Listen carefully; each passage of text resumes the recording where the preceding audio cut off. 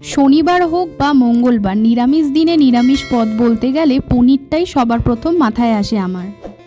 কিন্তু পনিরের সবকটা রেসিপি প্রায় আমরা খেয়েছি। আজকে যেই পনিরটা তোমাদের সাথে শেয়ার করব সেইটা কিন্তু তোমরা কখনোই খাওনি, কারণ ঘরে থাকা কিছু সামান্য মশলা দিয়েই আজকে তৈরি করে নেব নিরামিষ পনির। তার জন্য দেখো, গোটা গরম মশলা, গোটা জিরে, 3 চামচ মতো পোস্ত, আদা নিয়ে ভালো করে বেটে নিয়েছি।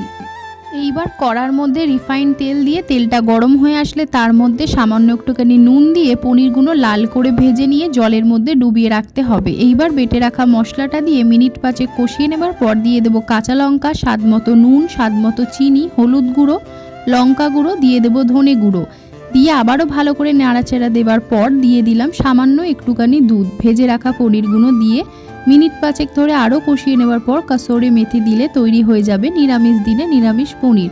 ভিডিওটা ভালো লাগলে লাইক করো আর সাবস্ক্রাইব করে দিও।